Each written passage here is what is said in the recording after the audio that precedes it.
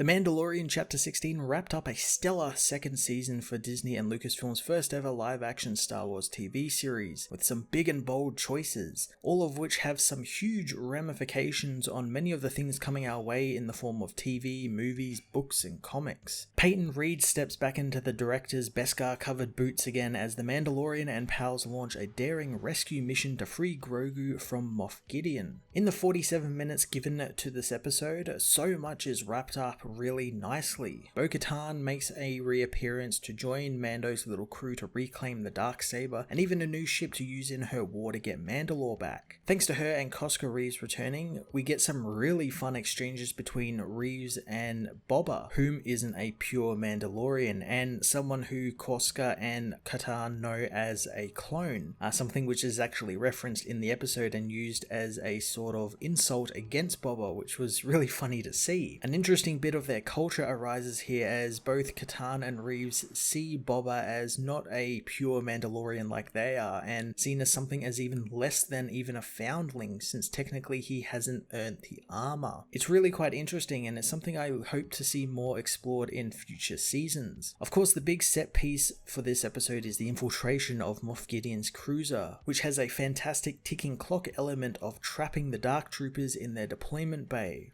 leading to a really tense battle where Din gets his ass absolutely handed to him by a single trooper. All the physical action this episode was actually quite fantastic, and there is quite a lot of it, from Din fighting the Dark Trooper to Fennec Shan getting some cool moments to allow Ming-Na Wen to show off her martial arts training, as well as Din sword fighting Moff Gideon with his Beskar spear. Giancarlo Esposito has been an absolutely menacing villain throughout the two seasons, and here he is no different. But also there are parts where you can kind of understand what he's doing and maybe even sympathize with him a little bit. And it leads to a part where I kind of drop my guard around the character a little bit, and then at the same time on screen, the Mandalorian does as well. It was a fantastic bit of acting from Esposito, and people should know what I'm talking about when they see the episode. Thanks to Gideon's nefarious plans, it leads to quite a cool change in the dynamic for Mando, since right now, he is technically the leader of Mandalore, seeing as he bested Gideon in battle and owns the Darksaber now, something Bo-Katan dearly wanted. So it's quite possible in season 3 we could be seeing Bo-Katan and her crew gunning for Din, since they need to get the Darksaber, and to get it, she needs to best him in combat, despite Din actually offering it to her. This is all something that Gideon knew, hence why he lost the fight on purpose, and he did so in such a convincing way, all thanks to Esposito's brilliant acting. So now for the huge part of the episode which I'm sure everyone is going to be talking about,